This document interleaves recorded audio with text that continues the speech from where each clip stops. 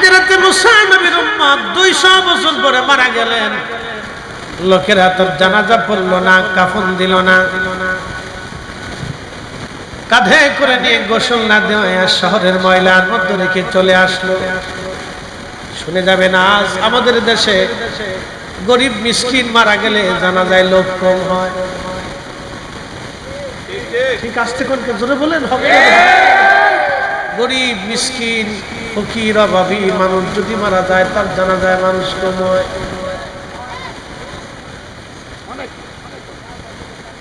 হ্যাঁ, উচিত কথা কইন না কিন্তু। কিন্তু আপনাদেরকে বলি, জবাব দিবেন। কোটি কোটি মানুষ জানাজাতে আসলো কিন্তু সুদখোর। জোরে জোরে খান, জোরে খান, কোন লাভ নাই। কোটি কোটি মানুষ জানা যায় কিন্তু সুদখোর, ঘুষখোর, কোনো লাভ নাই, কোনো ফায়দা নাই। কিন্তু একজন মানুষ হালাল খাবার খেয়ে আমার মালিককে খুশি করে কবরে চলে গেল, জানা যায় 6 জন মানুষ। আমার রবের দরবারে সে মঞ্জুর, কবর তার উজালা, আখিরাতে সে সন্তুষ্ট, আমার মালিকের দরবারে সে সম্মানিত। আর দুনিয়াতে বহু মানুষ থাকবে সম্মানিত, হাসরের ময়দানে তারা হবে অপমানিত। ঠিক কি না? হাসরের মাঠে অপমানিত হবে। দুনিয়াতে সম্মানিত, হাসরে অপমানিত। দুনিয়াতে যারা অসম্মানিত থাকবে এদের ভিতরে হাসরে তারা কেউ সম্মানিত হয়ে যাবে। সেদিন ধনীরা আফসোস করে বলবে, হায় হায় সলিমুদ্দি কইলোটা কি, ওদি আসে মোল্লা নিচে বই রইছি। রাজা বাদশারা বলবে, হায় হায় করলাম কি, আমার প্রজা যারা আমি শাবক দিয়ে পিটিয়েছিলাম, আমার প্রজা আজকে খোদার আসে আল্লাহর নিচে বসে আছে, আর আমি আল্লাহর শাস্তির আওতার মধ্যে আছি। সে আর সম্মানিত, আমি আজকে হয়ে গেলাম অপমানিত। হযরত মুসা নবী আমার আল্লাহ ওহী নাজিল করে দিয়ে বলেন, মুসা রে, আমার বান্দারে কেন ময়লার মধ্যে রাখছো? মুসা, আমার বান্দারে ময়লা থেকে উঠাই নিয়ে আসো, গোসল করাও, জানাজা পড়াও, কাফন পড়াও। মুসা আলাইহিস সালাম ডাক দেখে, ইয়া রাব্বি, 200 বছরে থেকে নামাজে রোজায় জিকিরে ফিকিরে দেখলাম না, আমার উম্মতরা তারা ময়লার মধ্যে রেখে আসছে। আল্লাহ আল্লাহ ডাক দেখে, মুসা, আমি আমার বান্দা 200 বছরের গুনাহ মাফ করে দিছি। জোরে জোরে বলেন, জোরে জোরে। মুসল্লিরা লারা সারা দিস না। হ্যাঁ আব্বা, জোরে কও তো, আল্লাহু আকবার। আপনারা কেন হেতা রাখো? হ্যাঁ বাবা, তোরা একটু জোরে কও তো, আল্লাহু আকবার। হ্যাঁ আওয়াজ হচ্ছে না, আরো জোরে, আরো জোরে, আরো জোরে। মুরগির মতো খালি শেষ নিয়ে জোরে কও, জোরে কও, আল্লাহু আকবার। হ্যাঁ তো ঠিক আছে, এটা সিরিয়ালে রাখতে, এটা বাইরে রাখতে, জালাত আছে। মুরগির বাচ্চা দেখছেন আপনারা? এটি দেখবেন 4-5টা দিন খালি সেও সেও সেও সেও সেও সেও করে, এটি হলো এরকম সেও সেও সেও সেও করে। আর বিডির হলো এরকম খালি কেউ কেউ কেউ কেউ কেউ কেউ করতে পারে। নাম দিছি unlimited, unlimited radio, BBC news battery ছাড়া। দুনিয়ার কিসে গাইতেছে বাপরে বাপ। এর ভিতরে সর্বনাশ দাবুর দিলে বিপদ আছে। পর্দা আছে না, তুই এই কাম করছো। হ্যাঁ না, বেডির আবার একদিক দিয়ে বালা না, মহিলারা একদিক দিয়ে বালা। কোনটা জানেননি? তারা মাহফিল আইলে চুপচাপ বয়ে থাকে, বিড়ি টানার চিনতে না। কি কথা কন না কেন? এটা চিন্তা করে যে একটু টান দিয়ে শরীরের হিট করে দিয়েছে। হেগারে এগুলো চিন্তা নেই, চুপচাপ হইয়া ফান দুইটা কোষের ভিতরে করে নিয়ে এসে বসে ফান খাওয়ার বস।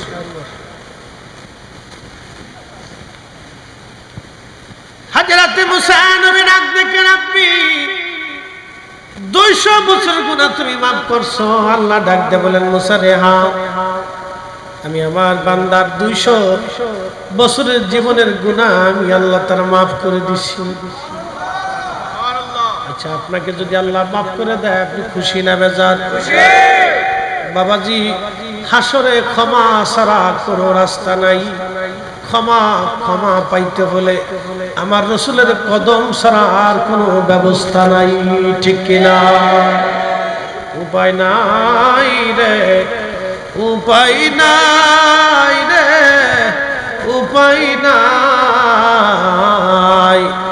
দয়াল নবীর চরণ সারা উপায় নাই, দয়াল নবীর কদম সারা উপায় নাই।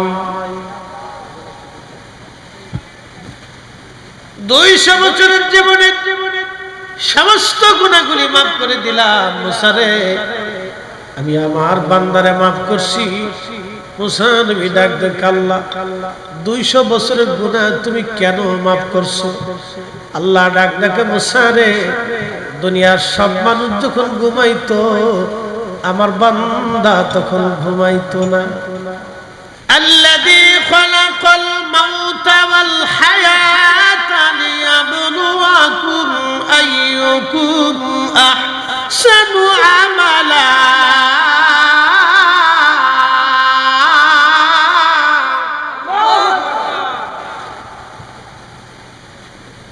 আল্লাহ ডাক দিলেন, হে বান্দা, আমি হায়াত আর মউত সৃষ্টি করলাম তোমাকে পরীক্ষা করার জন্য। কে তোমরা ভালো আমল করো আমি সেটা দেখব।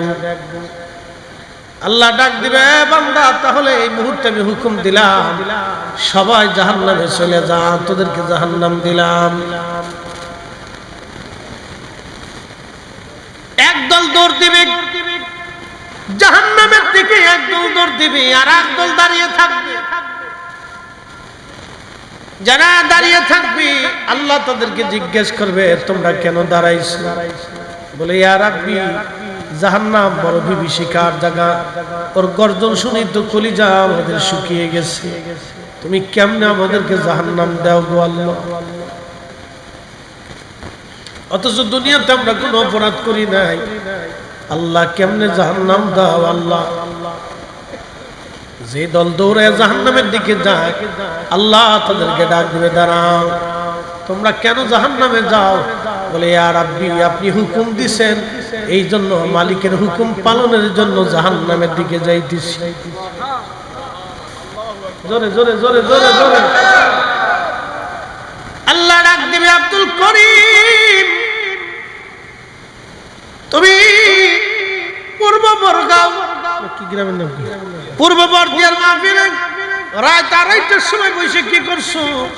সেই সময় আপনি বলবেন, ইয়া রব, এটা তাহাজ্জুদের সময়, আমি মাহফিলের মধ্যে বসে বসে জিকির করেছিলাম, ওয়াজ শুনেছিলাম। আল্লাহ বলবেন, কেন রে? বলবো, মালিক খুশি করার জন্য আপনাকে। আল্লাহ ডাক দিবে, যা যা, ক্ষমা করে দিলাম আজ আমি তোরে। দাঁড়ান, কিসের জন্য তোমরা জাহান্নামে যাও? বলে, রব্বুল আলামিন, তুমি আমাদেরকে জাহান্নামের হুকুম দিছো, মালিকের হুকুম পালনের জন্য আমরা জাহান্নামের দিকে যাই। আল্লাহ ডাক দেয়া বলবো, ও বান্দারা, তোমাদের পরীক্ষা আমি হাসরের ময়দানে শেষ করলাম। তোমরা যারা জাহান্নামের দিকে রওনা করছো, তোমরা ফিরে এখন জান্নাতের দিকে চলে যাও, কারণ আমি পরীক্ষা করলাম আমার হুকুম এই হাসরের ময়দানে কে মানে। যারা আজকে আমার হুকুম মানিয়া জাহান্নামের দিকে রওনা করছো, তারা দুনিয়াতে নামাজের দিকে আসতা, জিকিরের দিকে আসতা, আমার রাসূলের প্রেমের দিকে তোমরা যাইতা। আজকে তোমরা যে তোমার হুকুম মানছো, অতএব দুনিয়াতেও তোমরা মানতা, আজকে তোমরা জান্নাতে চলে যাও। আর তোমরা যারা বসে আছো এখনো গেলা না, তারা দুনিয়াতেও মানতা না, অতএব তোমরা এই জাহান্নামে চলে যাও। দেখছেন আল্লাহ ওই দিন পাগল ছোট ছোট বাচ্চাদের কি করে পরীক্ষা করে দেবে, দেখ তোরা মানতি না। হাসুরেই মানুষ আমার দেখে মানুষকে আমার দেখার পরে তুমি মানো নাই, জাহান্নাম দেখার পরোয়া নাই, হাসরের মাঠে বড় হুকুম মানিস নেই, দুনিয়াতে কেমনে মানতে?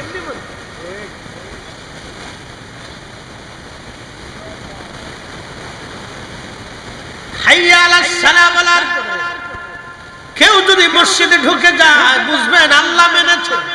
কথা কোন ঠিক কিনা? আল্লাহ মেনেছে। মাহে রমজান আসার পরে কেউ যদি রোজা রাখে আল্লাহ মেনেছে। বহু মানুষ মাহে রমজানে রোজা রাখে না। রোজা যদি রাখি তাহলে কাজ করতে পারবো না, কাজ যদি না করি মাইনে পাবো না, মাইনে যদি না পাই ছেলে সন্তানের সংসার কেমনে চালাবো? সন্তানের দোহাই দিয়ে যারা রমজানে রোজা রাখে না মূলত তারা আল্লাহর হুকুম মানে না। মনোযোগ দিবেন, আল্লাহ কোরআনে বলেন ইয়া আইয়ুহাল্লাযীনা আমানু লা তুলহিকুম আমওয়ালুকুম ওয়ালা আওলাদুকুম আন যিকরিল্লাহ। হে ঈমানদার সম্পদ, সন্তানের প্রেমে পড়ে তোমরা আমি আল্লাহর জিকির থেকে গাফিল হইও না। আমি আল্লাহর জিকির থেকে তুমি গাফিল হইও না। শুনে যান, আজকে আপনারা গভীর রাতে বসে আছেন, এখন আমাদের প্রেম হয় কার সাথে? জোরে বলে, আরো জোরে। এখানে কি আপনাদেরকে জোর করে বাঁধে রাখছি, ধরে রাখছি? না থাকলে মামলা হবে, কোনো কিছুই না। ইচ্ছা করলে চলে যেতে পারেন, কিন্তু বসে আছেন, এই বসাটাই হলো আল্লাহর সাথে প্রেম। এই প্রেমটা গাছের সাথে হয় নাই, মাছের সাথে হয় নাই, পাখির সাথে হয় নাই, ফেরেশতার সাথে হয় নাই, জিনদের সাথে হয় নাই। এই প্রেমটা আল্লাহ মানুষের সাথে করেছেন। আল্লাহ বানাইলেন কত জাতি, হইল না তার প্রেম প্রীতি, অবশেষে মানুষ বানায় প্রেমের কারণে। প্রেমের ডুরি বান্দরে মদিনার শনে, প্রেমের ডুরি বান্দরে মদিনার শনে। জিনদের মধ্যে কি খাজা বাবা আজমিরি আছে? বুঝেন নাই মনে হয়? জিনদের ভিতরে কি খাজা বাবা আজমিরি আছে? নাই। জিনদের ভিতরে কি হুজুর গাউসে পাক মহিউদ্দিন আব্দুল কাদের বড় পীর আছে? নাই। তো মানুষের ভিতরে তো প্রেম তো আল্লাহর সাথে মানুষের সাথে হচ্ছে। এই কথা কোন না কা? জিনদের ভিতরে তো আখিরি নবী নাই, জিনদের ভিতরে মুসা নাই, জিনদের ভিতরে ঈসা নাই, জিনদের ভিতরে শাহজালাল ইয়ামানি নাই, জিনদের ভিতরে ফাতে আলী রাসূলের নাম নাই।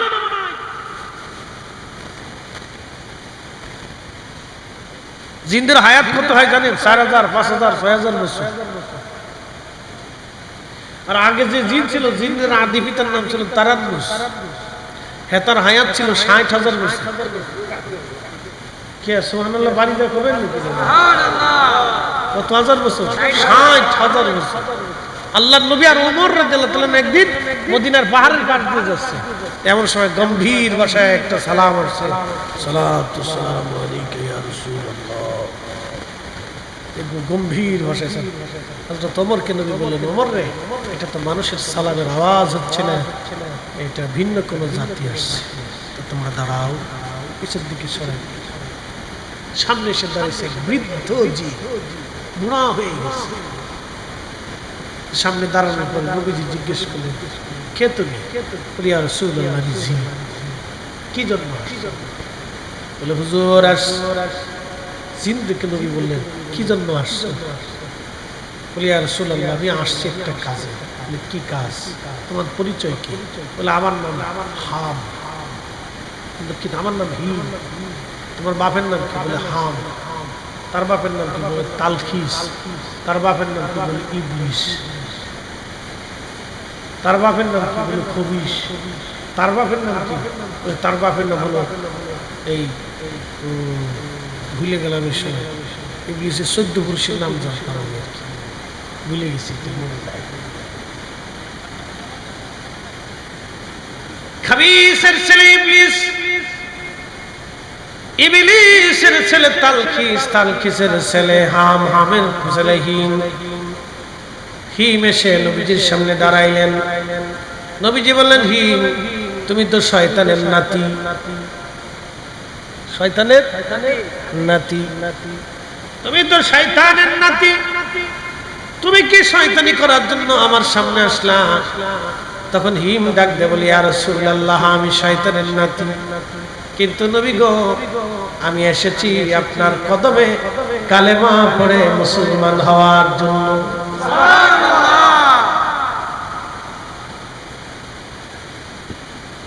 তুমি মুসলমান হবে বলে? হ্যাঁ হুজুর, মুসলমান হওয়ার জন্য আসছি।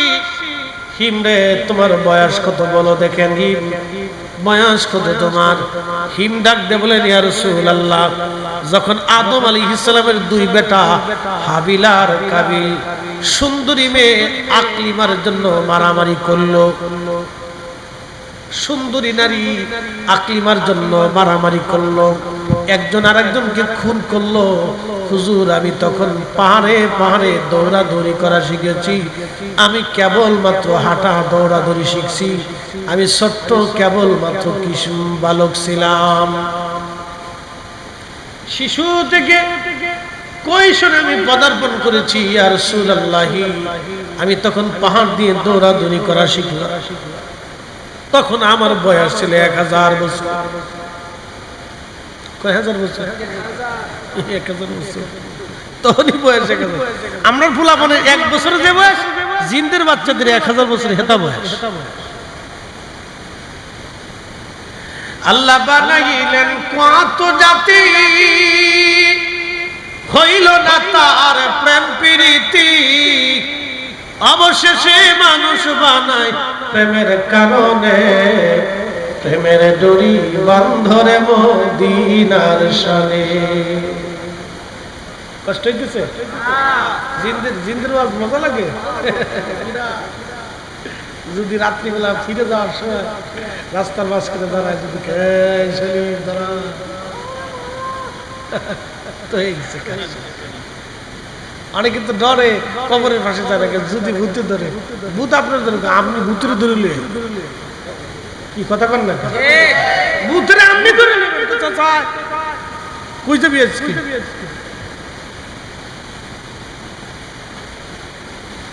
আদম সফিউল্লাহর দুই ছেলে হাবিল আর কাবিল, দুইজনে যেদিন মারামারি করলো ইয়া রাসূলুল্লাহ, আমি তখন দৌড়াদৌড়ি করি।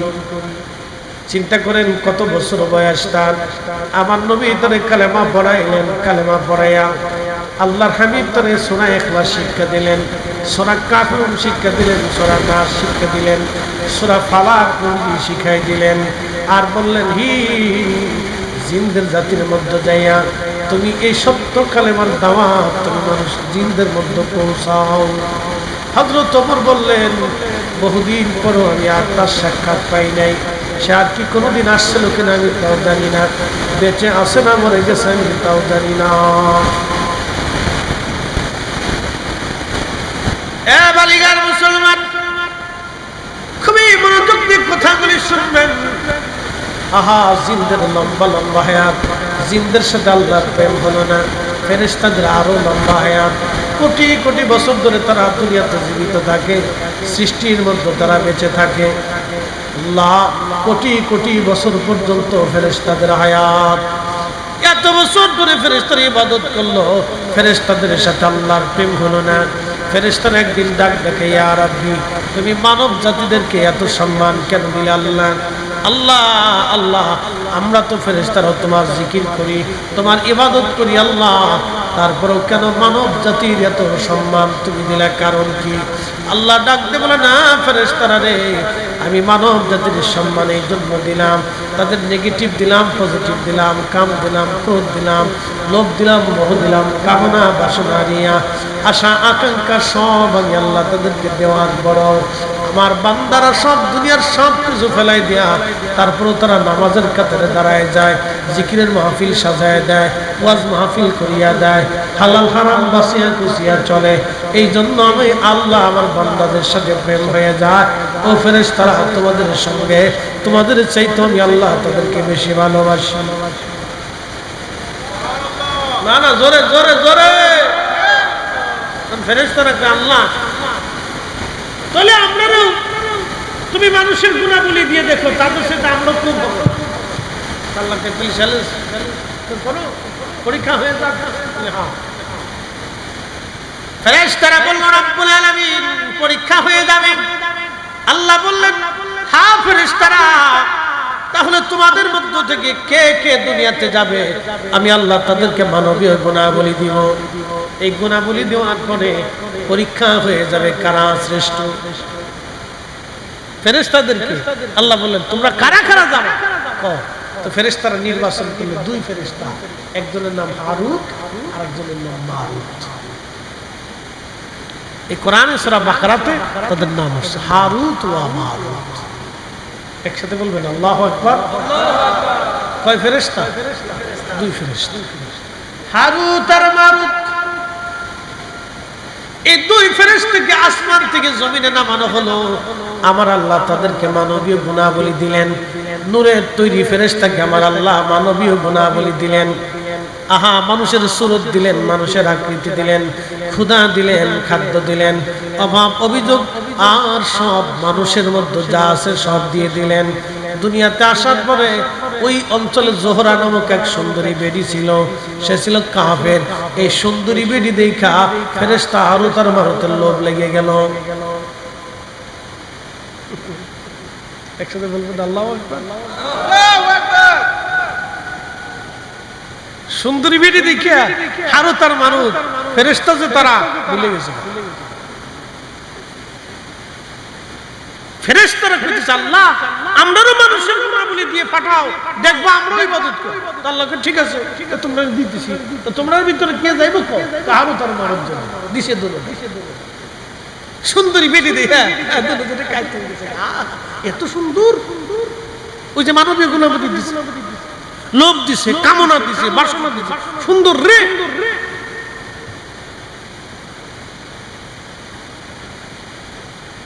হারুত আর মারুত জোহরা নামক সুন্দরী মহিলার দিকে আকৃষ্ট হয়ে গেল। একটা পর্যায়ে তারা এমন একটা পর্যায়ে গেল, জোহরাকে ওই জিনা করার জন্য প্রস্তাব দিল। জোহরা ডাক দিয়ে বলল, এ হারুত আর মারুত, তোমাদের সঙ্গে জিনা করতে পারি, কিন্তু শর্ত তোমরা আল্লাহর সাথে কুফরি করা লাগবে। তোমরা বলো আল্লাহ বলে কেউ নাই।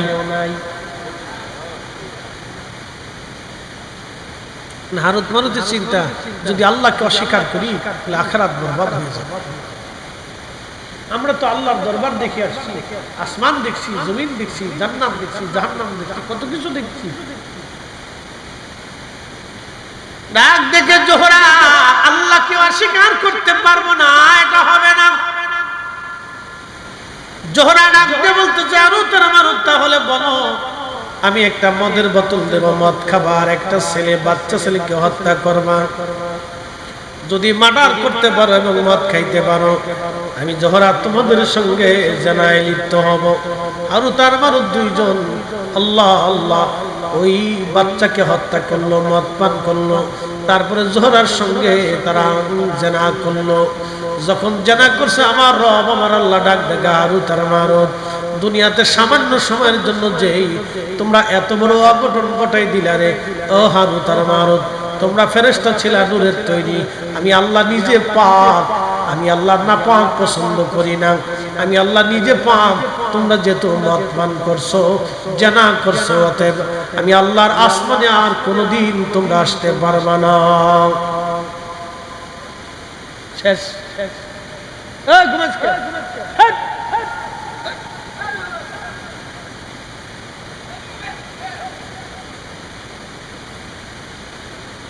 জোরে কোন আল্লাহু আকবার।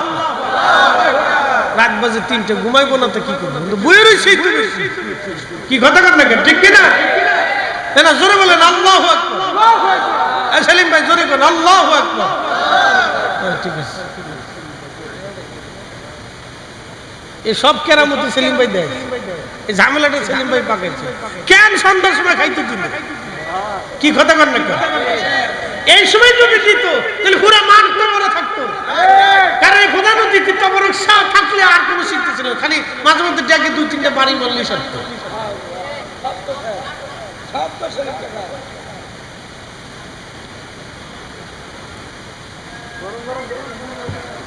তবে আমরা যারা বসে গেছি, আপনারা যারা বসে গেছেন সব পাস।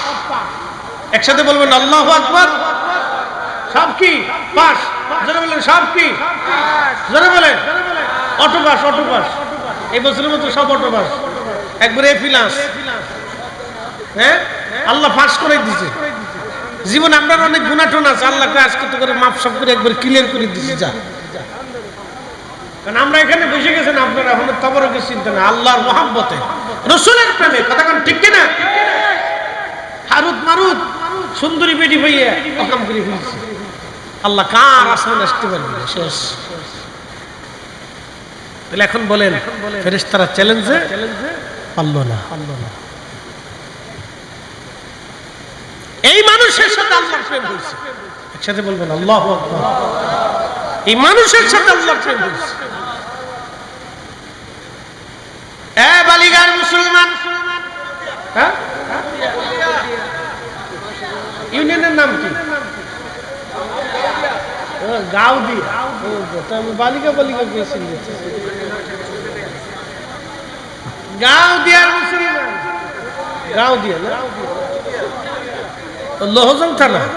হ্যাঁ ঠিক আছে। গাউদিয়া, গাউদিয়া নাম লাগলো কেন? গাউদিয়া কেমন হয়েছে? নারায়ণগঞ্জে একটা থানার নাম পাগলা। আমি কি এত পাগল দেশে থাকতে তাহলে আর আমার ওয়াজ করার দরকার কি? যাই গিয়ে সেদিন পাগলাই ওয়াজের সঙ্গে এত পাগলা দেশে থাকতে আমার আর দরকার নাই। আমাকে ফরিদপুরে ভাঙ্গা জীবনে জোড়া লাগে না। আর আরেকটা আছে 2500, 2500।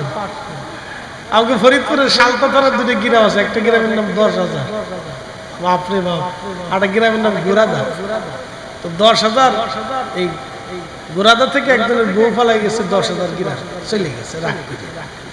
তো বেটা তো আর বউ খুঁজতে পায় না, সে অনেকদিন আগের কথা। থানায় যাকে সাল লেখেন, গোরাদা থেকে বউ ফালাইছে 10,000। দাঁড়া গেছে কি বুঝছে কোষ না বুঝছে স্যার, তো বুঝেই তো করতেছি, বউ তো আমার ডাই গেছে, আপনারা তোর গেছে না। লেখেন গোরাদার থেকে বউ ফালাইছে 10,000। খাই বেটা, এক গ্রাম থেকে 10,000 বউ পেল না, কেউ দেখলো না।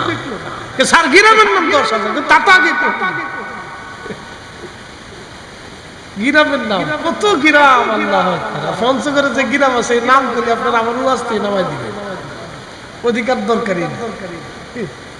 সর্বনাশ, গ্রামের নাম করে এক জায়গার গালি আর এক জায়গার গালি। হাজিরি খুব মনোযোগ দিবেন।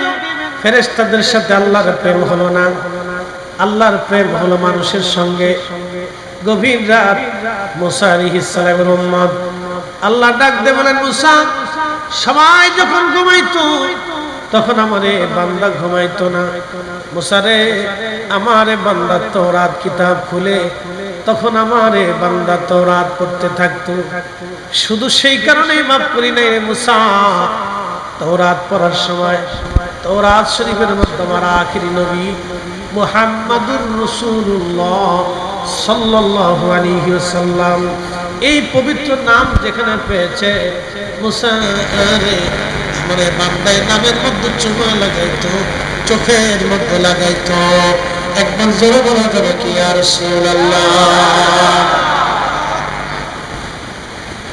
তুমি মোদের আশার আলো, তাই তো তোমায় বাসি ভালো। তুমি মোদের আশার আলো, তাই তো তোমায় বাসি ভালো। হৃদয় নামের ফুলদানিতে, হৃদয় নামের ফুলদানিতে গেঁথে রেখেছি প্রেমের মালা। ইয়া রাসূলুল্লাহ, ইয়া হাবিবাল্লাহ, ইয়া রাসূলুল্লাহ, আল্লাহুম্মা সাল্লি আলা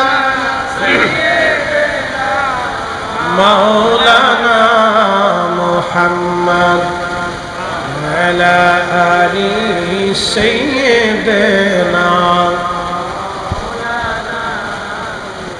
তারে আমার বান্দার এই দৃশ্য, এই প্রেম আমার কাছে এতই ভালো লাগছে, আমি রব খুশি হইয়া আর 200 বছরের গুনাহ মাফ করে দিয়েছি। বাবাজি, যদি কোনোদিন মদিনাতে যান, মদিনায় 2টা পাহাড় আপনি দেখবেন। একটা পাহাড়ের নাম জাবালে উহুদ, আর একটা পাহাড়ের নাম জাবালে আইব। 2 পাহাড়ের মাঝখানে হচ্ছে মদিনাতুল মুনাওয়ারা। উহুদ পাহাড়ের মাঝখানে এবং আইরের মাঝখানে হচ্ছে মদিনা। বিরাট বড় বড় 2টা পাহাড়ের মাঝখানে মদিনাতুল মুনাওয়ারা। আল্লাহর নবী বলতেন, উম্মত রে, উহুদ আমারে ভালোবাসে, আমি নবী উহুদ রে ভালোবাসি। আলা বাবিন মিন আবওয়াবিল জান্নাহ, উহুদ হলো জান্নাতের একটা পাহাড়। জান্নাতের দরজার সামনেই আমার উহুদকে আল্লাহ জান্নাতের পাশে রেখে দিবে। যত জান্নাতি জান্নাতে ঢুকবে, উহুদ রে দেখে দেখে জান্নাতে ঢুকবে। এটা নবীর ভালোবাসার নিদর্শন। বলে প্রশ্ন রাখবেন, হুজুর কারণ কি? ফরিদ হুজুর কারণ কি? যদি এখনো উহুদে যান, উহুদ থেকে জান্নাতের ঘেরান আসে। প্রশ্ন রাখবেন, হুজুর কোথা থেকে ঘেরান আসে? উহুদের জান্নাত ঘেরান আসে। আমি নিজে এই বছর হজ শেষ করলাম, মদিনাতুল মুনাওয়ারা গেলাম 8 দিনের জন্য। মদিনার থেকে ফিরে আসবো, সময় আছে আর মাত্র 1 দিন। যদি উহুদ আমি গিয়েছিলাম বারবার, কিন্তু এবছর খুব চিন্তায় পড়লাম রাত্রিবেলা যাব, যেখানে আল্লাহর নবী বিশ্রাম করেছিলেন।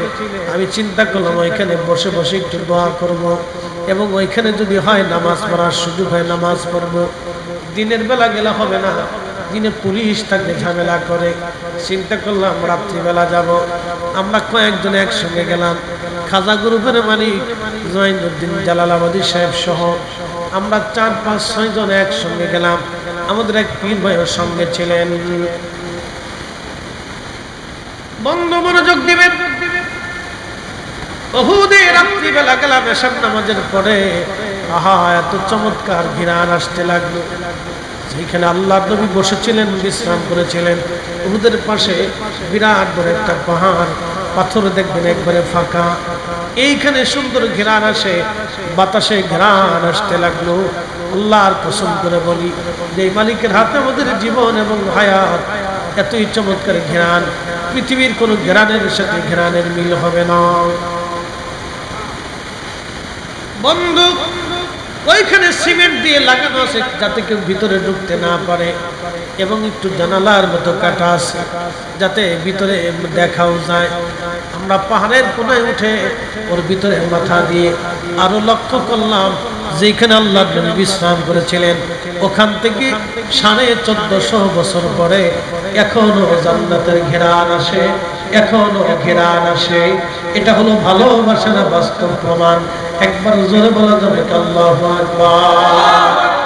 হে রাসূল, তোমায় ভালোবাসি,